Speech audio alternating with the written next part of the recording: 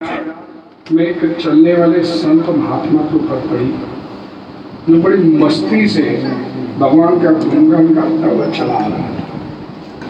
उसे बाजार की चकाचौंध, चमक दमक उसे प्रभावित नहीं कर पा रहे। वो अपनी धुन में ही भगवान का गुणगान करता हुआ चला रहा था। भगवान देखा ही भगवान का भक्त वो देख ही नहीं रहा, इतना बड़ा बाजार, इतनी चकाचौंध ये सारी लगी हुई है, और उस संत की दृष्टि एक बार भी उस बाजार की तरफ नहीं पड़ती। तो राजा बड़ा प्रभावित हुआ उसको देख के, बोला कि ऐसे संत से तो मिलना चाहिए। उन्होंने तुरंत अपने सिपाहियों को आदेश दिया कि उस संत को जो सामने पीछे बाजार में दिख रहा है, इसको लेके आओ मेरे पास। लेकिन वो सिपाही अगर सही रास्ते से आते, महल की सीढ़ियों से उतर के जाते, पीछे बाजार में जाते, तो उनको 20-25 मिनट लगते। तब तक वो संत कहीं का कहीं नहीं कुछ हुआ। तो राजा बोला कि मेरे को अब भी ये संत चाहिए। तो सैनिकों ने क्या किया, महल के पीछे वाली दीवार से रस्सी लटकाई, 2 सिपाही नीचे उतरे, उस संत को पकड़ा और रस्सी के साथ बांध को ऊपर खींच लिया।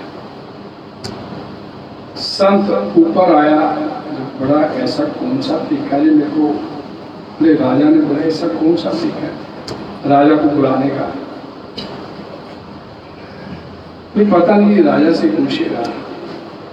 राजा के सामने जब वो संत आया तो राजा ने सबसे पहले अपने सैनिकों के इस कार्य के माफी मांगी। संत दया क्षमाशील होते हैं, कोई बात नहीं, बताओ राजन क्या काम था।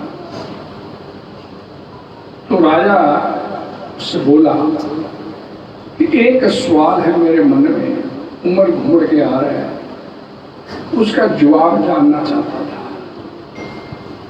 और मैंने देखा कि ये ऐसा संत जिसको दुनिया की परवाह नहीं, पीछे चला आ रहा है, वो संत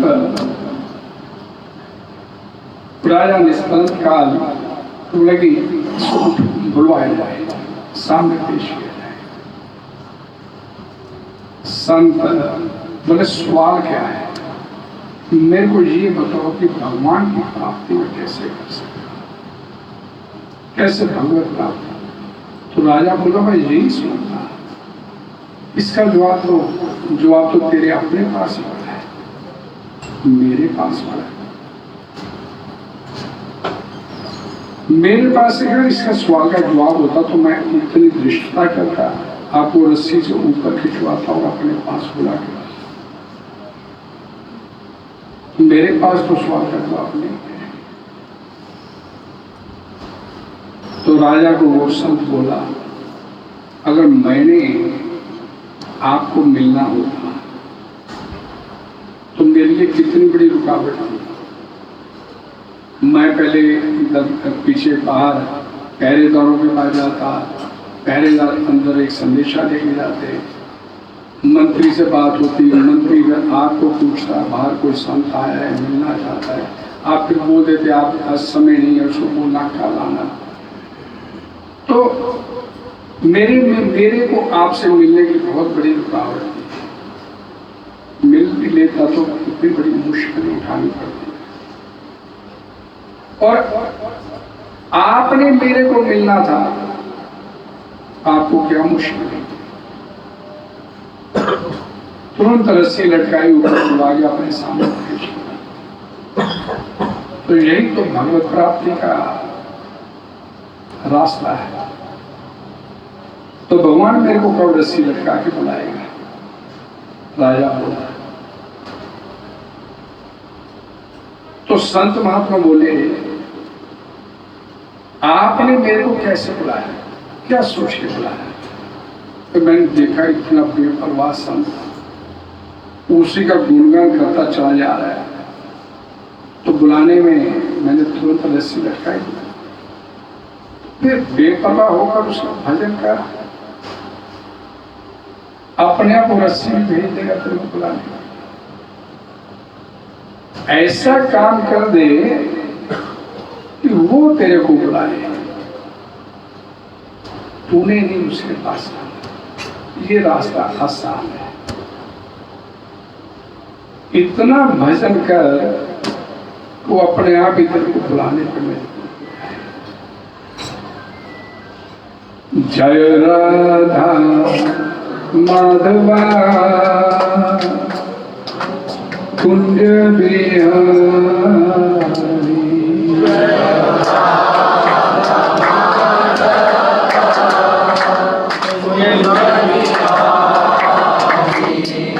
जय राधा माधवा कुंज बिहारी,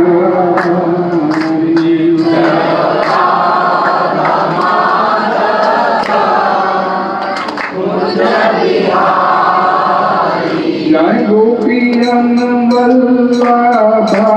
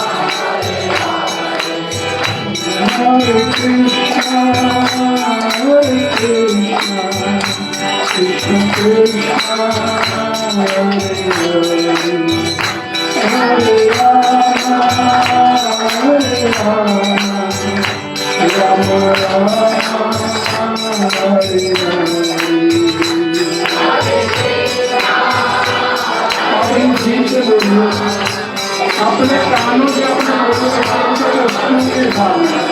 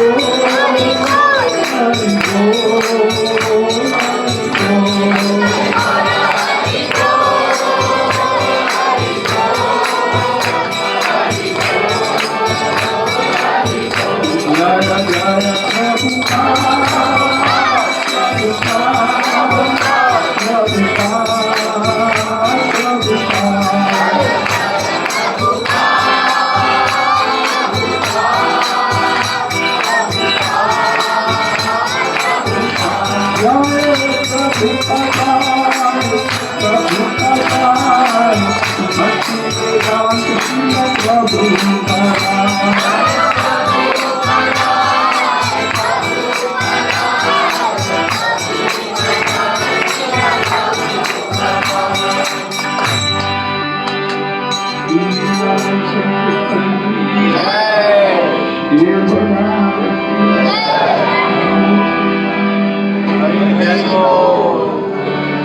चर्चा करेंगे श्रील प्रभात लीलामृत। इस कोण में नियम है कि काशी वाले दिन चर्चा होती, वैष्णव चर्चा होती है, श्रील प्रभात से बड़ा वैष्णव है आपके पास, मेरे पास नहीं है। चर्चा करेंगे श्रील प्रभात लीलामृत भाग 2 अंतिम पाठ प्रकरण 55 पेज नंबर 753। हरे कृष्ण।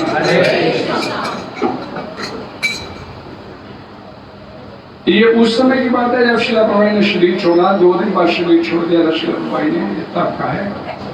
पिछले महीनों की तरह शिला प्रभुपाद लगातार मृत्यु से निडर तथा आध्यात्मिक ज्ञान में स्थिर रहने की बात करते रहते।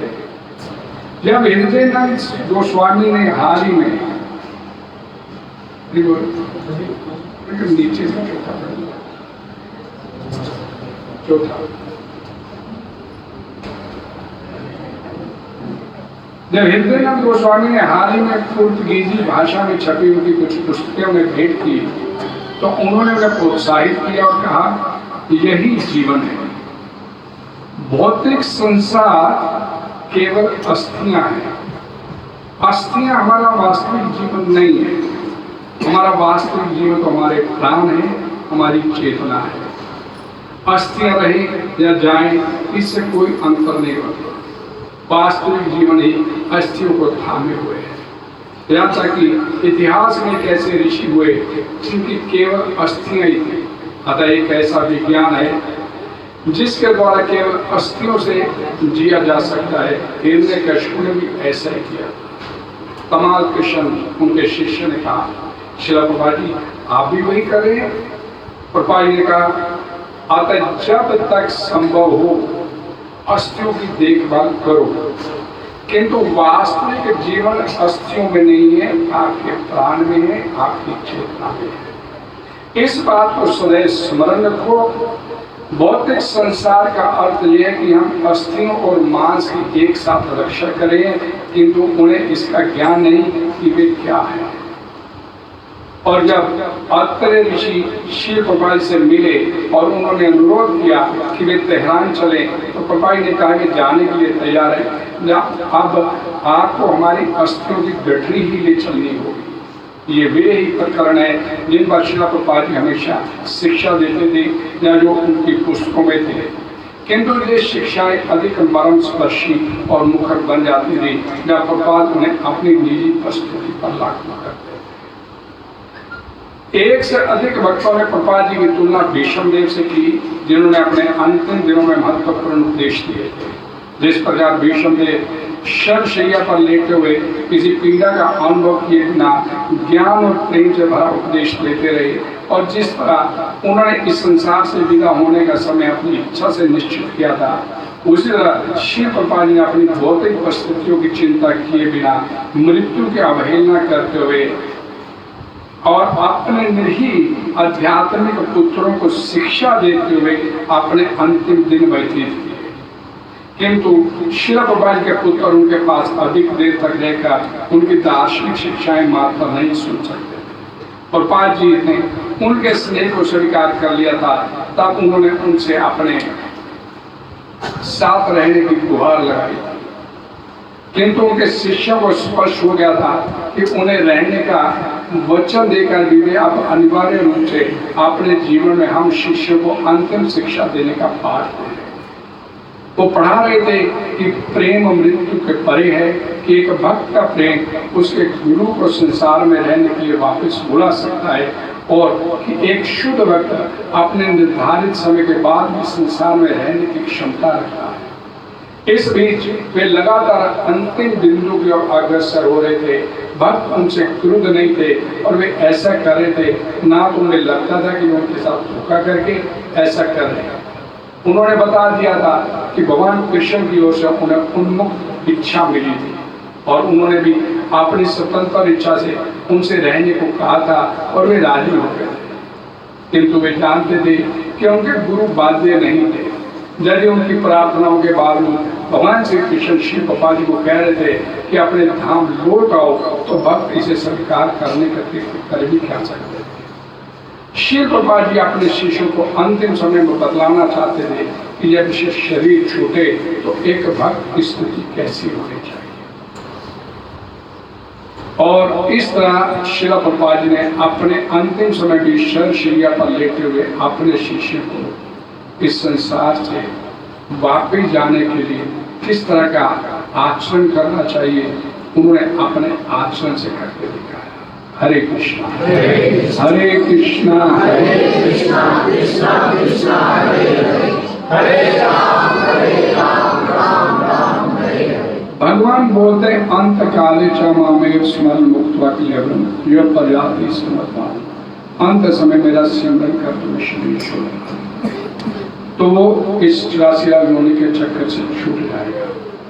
और शिला प्रभुपाद ने अपने आचरण से करके दिखाया। अंतिम समय तक शिला प्रभुपाद जी, उनका शरीर इतनी अक्षम स्थिति में था कि अपने आप हिल भी नहीं सकते। तो उस स्थिति में भी अपने शिष्य को एकमात्र यही बोलते थे कि मेरे पास बैठ के सिर्फ और सिर्फ क्षमा मंत्र का कीर्तन कीजिए। यही उन्होंने अंतिम समय बताया। अब उनके एक शिष्य ने अंतिम समय पूछा, आप कुछ लेना चाहते हैं, कुछ पी लीजिए, कुछ खाया पिया नहीं, तो यही बोले अमल हरि नाम, मेरे को भगवान का नाम लीजिए। उन्होंने अपने आचरण से ये करके दिखाया। शिला प्रभुपाद के अंतिम समय में उनके एक शिष्य हरीश्वरी दास एक दिल्ली से एक ज्योतिष्य से पूछ के आए और प्रभुपाद से बोले कि एक बहुत बड़े ज्योतिषी हैं, उनकी बात कहीं गलत नहीं होती। तो स्वामी जी उन्होंने बोला है कि शिव जी के एक विशेष मंत्र का से महामृत्युंजय मंत्र बोलते हैं। 21 दिनों तक 21 ब्राह्मण दिन रात अगर पाठ करेंगे प्रभुपाद जी के लिए, तो प्रभुपाद जी का जीवन बच सकता है। तो प्रभुपाद जी ने उनको क्या जवाब दिया, हमारे पास सबसे श्रेष्ठ मंत्र हरे कृष्ण महामंत्र है, हमें अन्य किसी मंत्र की आवश्यकता नहीं है। इसलिए आप अगर चाहते हैं मेरी प्रसन्नता के लिए, तो मेरे पास बैठ के सिर्फ और सिर्फ हरे कृष्ण महामंत्र का कीर्तन कीजिए। ये ज्योतिष के पास जाना ये कर्मी लोगों का, संसारिक लोगों का काम होता है। हमारी स्थिति वो वाली नहीं है। हमें अपना समय, अपना धन इसलिए व्यर्थ नहीं करना। हमारे पास एक श्रेष्ठ मंत्र है, और जब ब्रह्मा जी बोले इस मंत्र को कि न आता पात्र उपाय सर्व वेदेषु दृश्यते, सारे वेद पुराण खंगाल के देख लिए ब्रह्मा जी नारद से बोले इसके अलावा और कोई श्रेष्ठ मंत्र मेरे को दिखाई नहीं पड़ता जिससे कलयुग में बद्ध जीवों का कल्याण हो सके। तो इसलिए प्रभुपाद ने इस बात को सिरे से निकाल दिया कि मेरे को किसी ज्योतिषी के कहने पे किसी और मंत्र का जाप नहीं सुना। उनके शिष्य से इसलिए गए थे, वो प्रभुपाद से स्नेह करते थे, और वो हरीश्वरी राजे जितने भी उस समय के पास सभी विदेशी थे। और उन विदेशी लोगों के हृदय में प्रेम की ये लोग कि कुछ भी करने के लिए तैयार, प्रभुपाद जी हमारे बीच में बने रहे। और देखिए सबसे बड़ी महत्वपूर्ण बात, अगर आपने कुछ करके इधर उधर से हिसाब किताब करके कुछ अपने आप को बचा भी लिया जीवन, तो क्या फिर दोबारा मृत्यु नहीं, फिर नहीं आएगी क्या मृत्यु? कितनी देर तक आप मृत्यु को टाल सकते हैं? जितने श्वास प्रभुपाद जी बोलते हैं, लेकिन ये भक्तों के ऊपर लागू नहीं होते। प्रभुपाद जी बोलते हैं, अभी मैंने पढ़ा ऐसा कि प्रभुपाद जी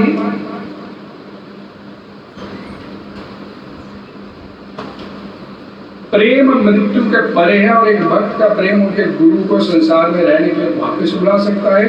और एक शुद्ध भक्त अपने निर्धारित समय के बाद भी संसार में रहने की क्षमता रखता है। एक शुद्ध वक्त है और अपना भगवान ने जो निर्धारित समय हम सब लोगों को दे के भेजा है, उसके बाद भी वो इस संसार में रहने की उसके अंदर कैपेसिटी है। और सिर्फ एक डिवोटी के अंदर, भक्त के अंदर। और ये स्थिति प्रभुपाद जी बोलते हैं एक भक्त के पास ही हो सकती है। तो ये प्रभुपाद जी बोलते थे कि मेरे पास एक हरे कृष्ण महामंत्र के अलावा इससे बड़ा और कोई मंत्र है नहीं। और उन्होंने अपने पूरे आजीवन भर इसी मंत्र के बल पर पूरी दुनिया को आपने पीछे चला के दिखा दिया। हरे कृष्णा कृष्णा कृष्णा हरे हरे, हरे राम राम राम हरे हरे। श्रील प्रभुपाद जी 1965 से निकले 1977 में। साल के शुरुआत में वो कहाँ थे? बॉम्बे में थे। मंदिर का निर्माण कार्य चल रहा था। निर्माण कार्य अभी पूरा होने में देर थी। उन्होंने अपने शिष्यों से कि मेरा स्वास्थ्य ठीक नहीं है, तो मेरे को आप वृंदावन ले चलिए।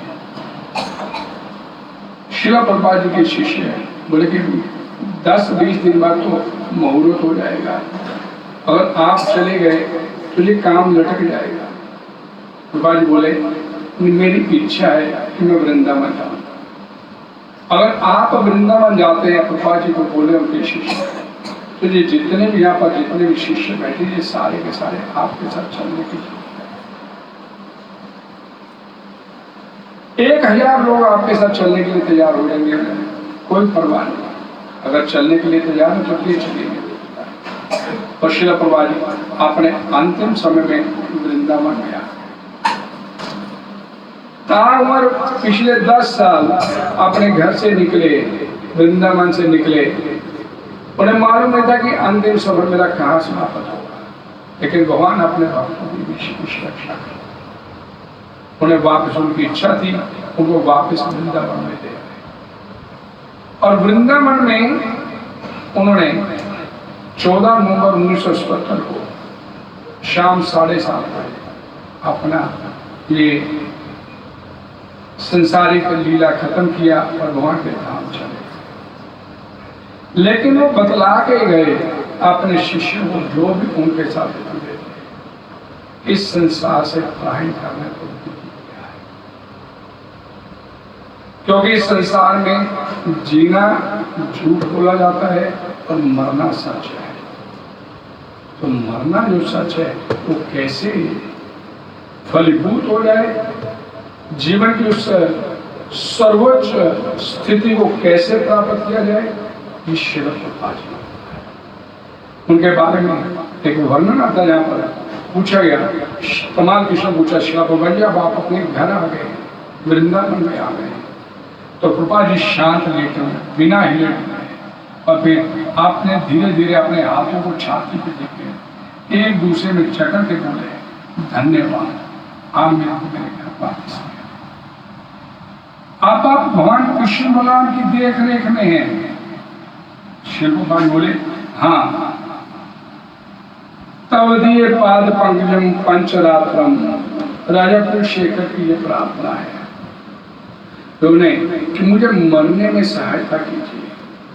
तो उस समय लिए कि हे भगवान मुझे मरने में सहायता कीजिए, तो मेरा मानस हंस है, मानस रूपी जो हंस है, इसकी वृत्ति, इसकी मति, इसकी दृष्टि आपके चरण कमलों ये मेरे ऊपर कि कदम कदम पर उन्होंने अपने शिष्य को बताया कि शरीर छोड़ना कैसे है। श्रील प्रभुपाद जी एक और बड़ी विशेष बात उनके जीवन की। हरे कृष्णा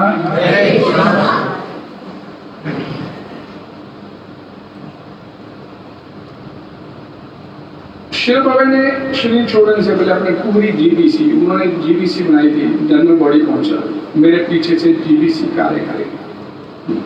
उन्हें किसी एक व्यक्ति को नियुक्त नहीं किया, एक कमेटी का गठन किया, जीबीसी से बोलते हैं, उसका सारे उन्होंने बुला लिए कि जितने भी लोग हैं ये सारे के सारे आ जाए। उनको लगा कि समय मिल जाने का।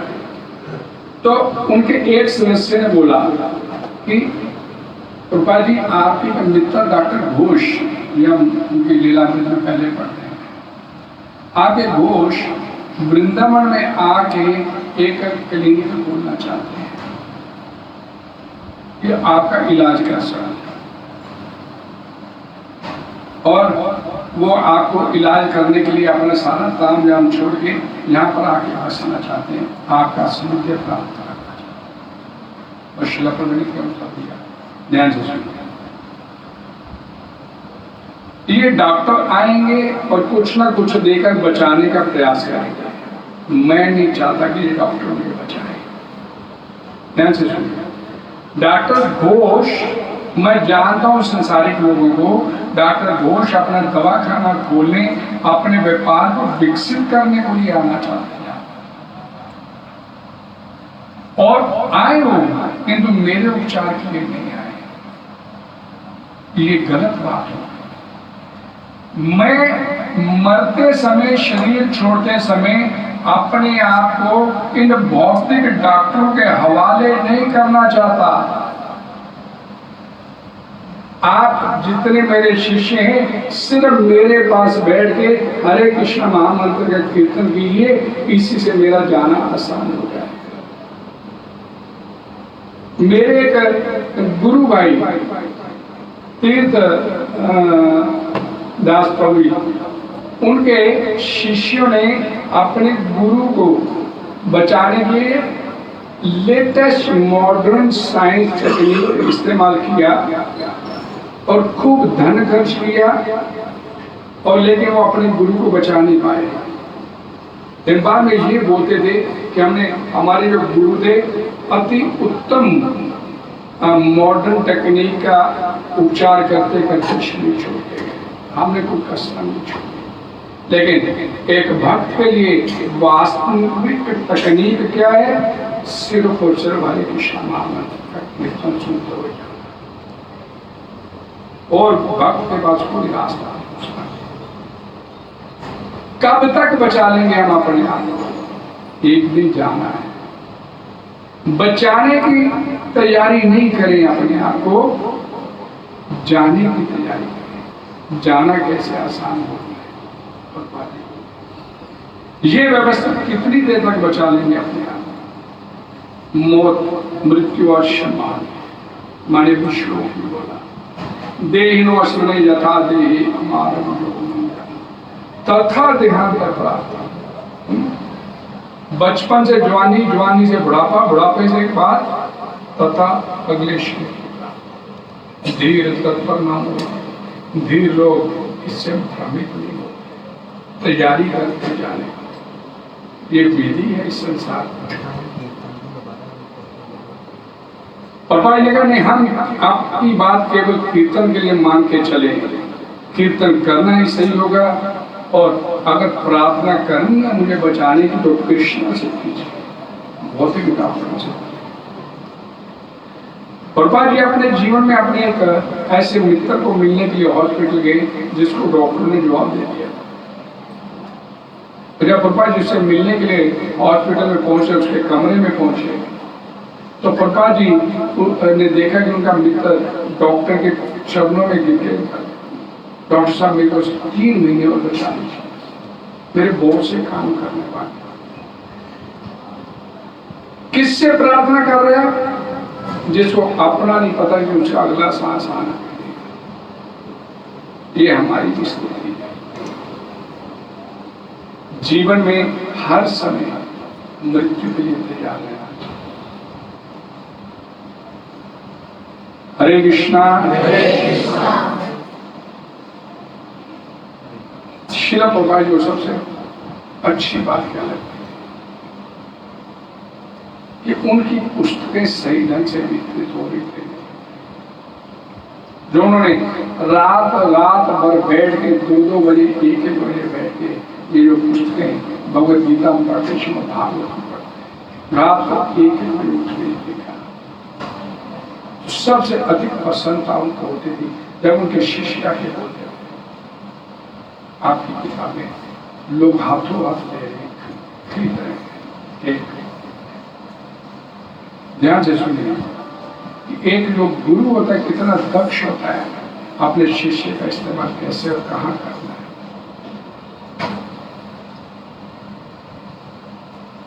उनके एक शिष्य थे हरिकेश, वो प्रभुपाद जी की निजी सेवा में रहते थे। उनकी बॉडी को मसाज करना, उनका रख रखाव करना, उनकी शरीर का समय पर भोजन देना, ये सारी व्यवस्था।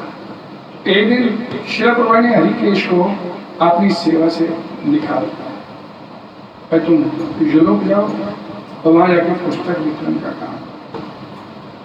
हरिकेश को बड़ा गुस्सा आ गया कि प्रभुपाद जी कैसे हैं, मैं इतने मनोयोग से प्रभुपाद जी की मैं सेवा कर रहा हूँ और प्रभुपाद जी ने मेरे को बोला कि मेरी ये सेवा निजी सेवा छोड़ के बुक्स की सेवा। लेकिन क्योंकि गुरु का आदेश था उन्हें नाम करने किया और तुरंत चला गया। और यहाँ उसका वर्णन है। श्रील प्रभुपाद ने कहा कि हरिकेश यहाँ पर टाइप करते हुए सड़ रहा था। उसका काम क्या था?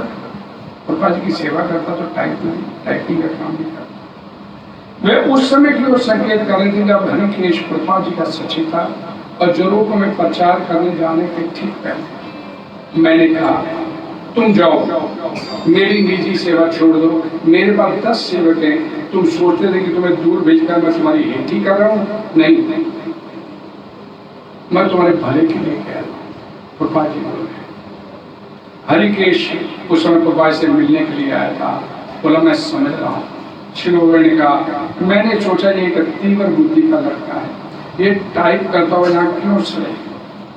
बाबा ने पढ़ते एक पुस्तक को देखा जो हरिकेश आप मरने के समय उनके पास पुस्तक लेके आया था, मुद्रण और आहार वस्तु प्रथम श्रेणी की। उन्होंने उसे पूछा उन्होंने कितनी पुस्तकें छापी, तो हरिकेश ने उत्तर दिया कृष्णा पर 3 पुस्तकों की 1,20,000 प्रतियां और श्रीमद् भागवतम में दूसरे स्कंद की 60,000 प्रतियां और ईशोपनिषद की 10,000 प्रतियां मैंने छापी थी और ये सभी की सभी हाथों हाथ आपके यूरोप में बिक गई।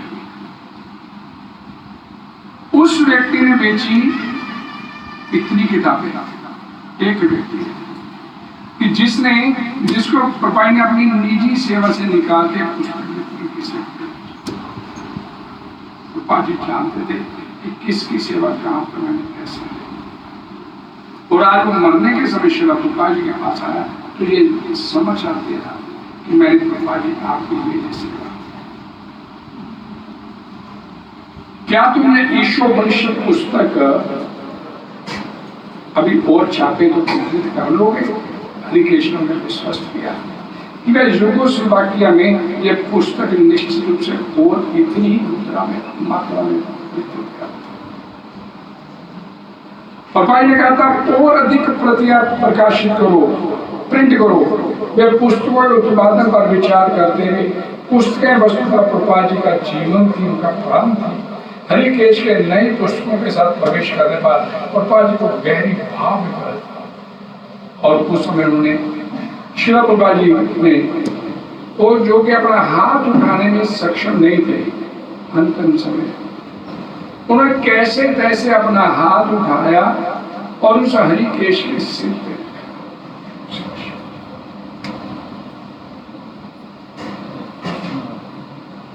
प्रभुपाद जी से वो ऋषिकेश बोला हरिकेश प्रभुपाद जी मैं चाहता हूँ कि अच्छे से हो जाए, स्वस्थ हो जाए और मैं आपको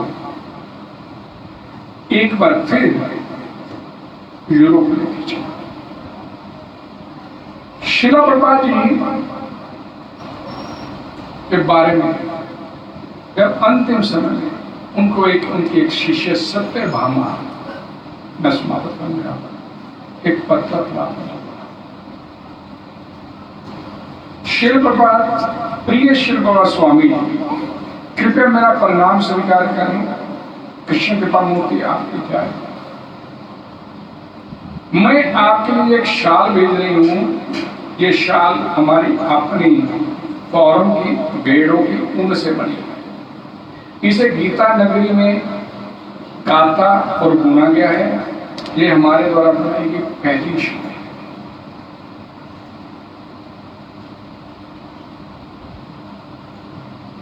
जब मैं इसे बना रही थी तो मैं बराबर सोचा करती थी कि आपके लिए एक उपहार क्या करूं, किंतु वास्तव में आप मुझे प्रेमा भक्ति में पवित्र करने का उपहार दे रहे हैं। मैं शॉल तैयार कर रही थी, लेकिन वास्तव में मेरे को ये लग रहा था कि प्रभुपाद जी मेरे ऊपर कृपा कर रहे हैं, ये अगर शॉल स्वीकार कर। प्रभुपाद जी, मैं निरंतर भगवान नरसिंह देव से प्रार्थना करती रहती हूँ कि वे आपकी रक्षा करें और आपको हमारे साथ लेकर आपकी पुस्तकों को पूरा करने का अवसर प्रदान करें। मैं सोचती हूँ, समझती हूँ कि इस समय आकाश से जो वर्षा की बूंदें गिर रही वे वास्तव में देवताओं के अंश हैं, जो आपके प्रस्थान के भय से दुखी होकर रो रहे हैं। इनकी कौन लिख रहे हैं ये भाव? इंग्लिश डोटी 10 साल की में से ये 2-2, 4-4 साल की सेवा कर, कितना भाव उनके अंदर उस व्यक्ति के लिए, उस व्यक्ति ने दिया क्या? सिर्फ भगवान के साथ वास्तव में ये देवताओं के आंसू हैं, जो आपके प्रस्थान के भय से दुखी होकर रो रहे हैं। मैं भी रो रही हूं। पितामह भीष्म के प्रस्थान पर कृष्ण भी रो रहे थे। अतः मुझे भी रोने का अधिकार है। मैं इतनी दार्शनिक नहीं हूं कि कहूं कि आपको अपनी पुस्तकों और शिक्षाओं के माध्यम में हमारे बीच में सदा उपस्थित रहेंगे। यद्यपि मैं जानती हूं कि यह सत्य है, श्रील प्रभुपाद जी, यदि आप चले गए तो आपका अभाव मुझे सदैव खलता रहेगा। मेरी प्रार्थना है कि मैं आपकी सेविका और भक्त बन जाऊं। ये मेरे ऊपर आशीर्वाद है। ये वो भक्त है जो सिर्फ 2 साल पहले प्रभुपाद जी की शिष्या, जीवन बदल दिया। पूरा वृंदावन पूरी दुनिया के अंग्रेज लोगों से पहले कोई नहीं आता, किसी को नहीं मालूम कि कृष्णा कौन है। ये प्रभुपाद जी उनके सिर मुंडा के उन लोगों के, उनको धोती कुर्ते और माता लोगों को धोतियां, सूती धोतियां डलवा के वृंदावन लेके आया। ये कुछ साधारण बात है। और पूरी दुनिया में एक सल्तनत कायम कर दिया। ऐसी पूरी दुनिया में ऐसा कोई कंट्री नहीं यहाँ पर इस्कॉन का मंदिर नहीं है। पहले बोला करता चलो कि अंग्रेजों का पूरी दुनिया में इतनी जगह पे राज था, उनके बारे में बोला जाता है कि अंग्रेजों के समय में सूर्य अस्त नहीं होता। क्या बोलते थे कि सूर्य अस्त नहीं होता, क्योंकि किसी ना किसी देश में सूर्य उदय होता था, तो जहां जहां अंग्रेजों का राज होता था। और आज इस्कॉन के राज्य में सूर्य का भी अस्त नहीं होता। पूरी दुनिया में इस्कॉन के मंदिर है। आज अगर यहाँ पर रात्रि है तो किसी जगह पर धर्मशाला, यहाँ पर श्रील प्रभुपाद जी की जय प्रभुपाद की आरती गाई जा रही है। ऐसी सल्तनत की स्थापना की। श्रील प्रभुपाद जी बोलते थे कि जब कोई गुरु चला जाता है तो उसके लिए उतना ही रोना चाहिए जितना एक राजा के जाने पर उसकी रानी रोती है। उतना रोना चाहिए जितना एक माता अपने पुत्र के मरने।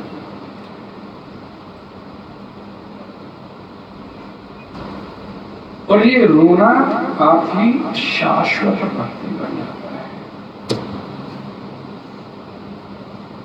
हरे कृष्णा कृष्णा कृष्णा हरे हरे, हरे राम राम राम हरे। शास्त्रों का आदेश है,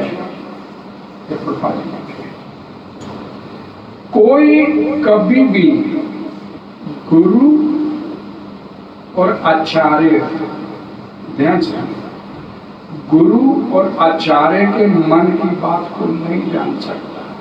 गुरु कब क्या करता है वो गुरु को पता है, लेकिन वो जो कुछ भी करता है अपने शिष्य के हित के लिए करता है, अपने शिष्य के हित के लिए करता है। जो भी गुरु करता है, ऊपर से देखने में शिष्य को लगे कि ये क्या मेरे से गलत हो रहा है। ऐसे मैंने हरिकेश के बारे में, वो नाराज था कि मेरे को तो भेजा जा रहा था, लेकिन प्रभा जी को मालूम था कि मेरे शिष्य का ही काम अच्छा। हरे कृष्णा कृष्णा कृष्णा हरे हरे, हरे राम राम राम हरे। जगतगुरु श्रील प्रभुपाद की जय। कोई डिस्कशन, कोई कुछ पूछना चाहता, उसका स्वागत।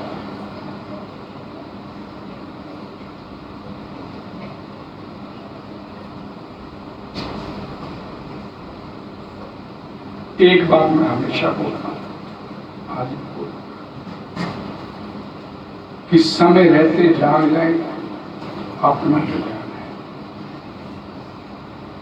एक बार आंख बंद हो गया ये सारा खेल खत्म।